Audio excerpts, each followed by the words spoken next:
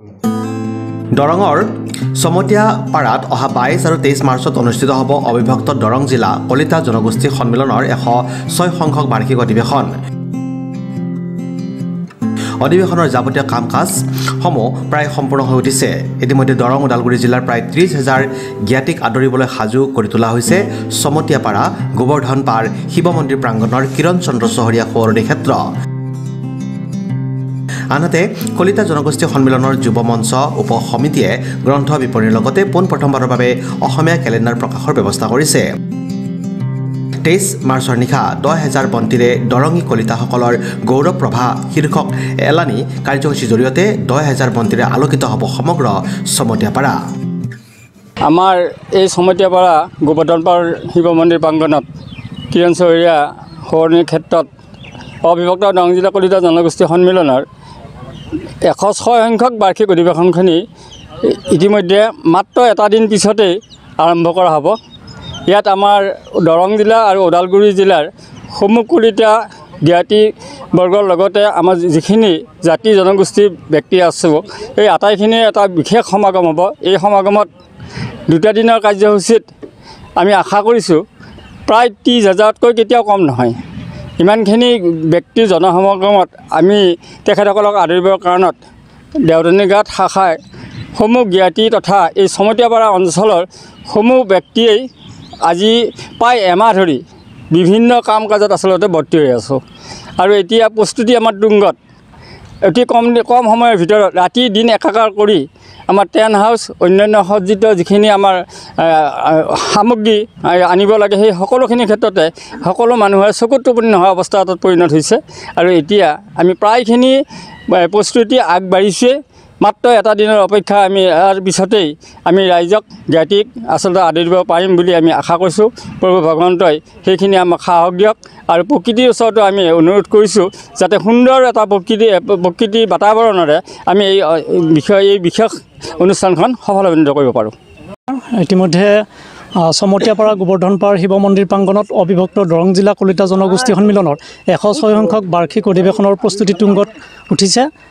দেওধনী ঘাট শাখাৰ উদ্যোগত হ'বলগীয়া এই অধিৱেশনে আমাৰ সমগ্ৰ কলিতা কুললৈ কিছু বাৰ্তা প্ৰেৰণ কৰিবৰ কাৰণে চেষ্টা কৰিছে।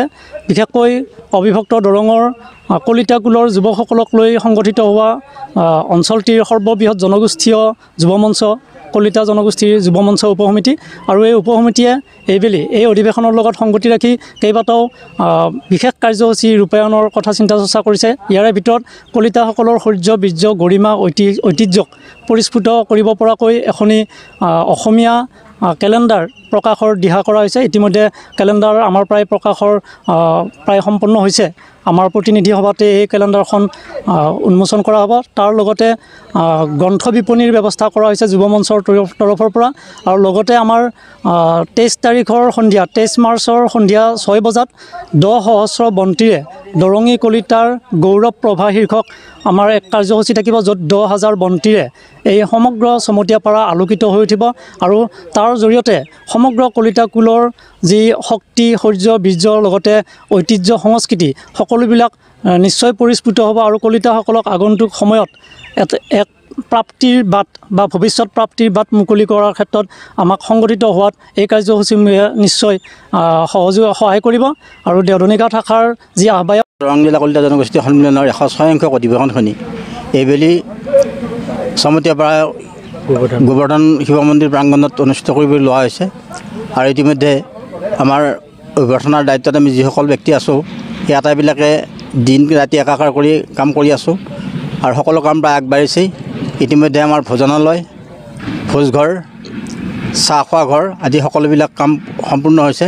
ইতিমধ্যে আমাৰ 30টা চৌকাযুক্ত এটা পাকঘৰ বনোৱা হৈছে আৰু আমি আশা ৰাখিছোঁ আমাৰ 30,000তকৈও অধিক লোকে এই দুদিনৰ ভিতৰত আমাক সংগ দিব আৰু এই আটাইখিনি ব্যক্তিকে আমি সুন্দৰভাৱে আপ্যায়ন কৰিবৰ কাৰণে চেষ্টা কৰিম।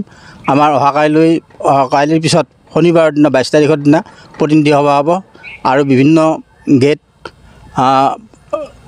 স্তম্ভন হ'ব আৰু সেইবিলাকৰ পিছত আমাৰ প্ৰতিনিধি সভা হ'ব আৰু প্ৰতিনিধি সভাৰ সভাপতিত্ব কৰিব আমাৰ জিলা সভাপতি মাননীয় ৰামচন্দ্ৰ চহৰীয়াদেৱে আৰু অহা 23 তাৰিখে মুকলি সভা হ'ব আৰু মুকলি সভাৰ আগতেই এটা বৰ্ণাঢ্য শোভাযাত্ৰাৰ ব্যৱস্থা কৰা হৈছে আৰু এই কাৰ্যসূচীত সভাত নিৰ্দিষ্ট বক্তা হিচাপে উপস্থিত থাকিব কমলেশ কলিতা ডুমডুমা দুনিৰ পৰা সুনীল চহৰীয়া ৰিপৰ্ট নিউজ এক্সপ্ৰেছ অসম।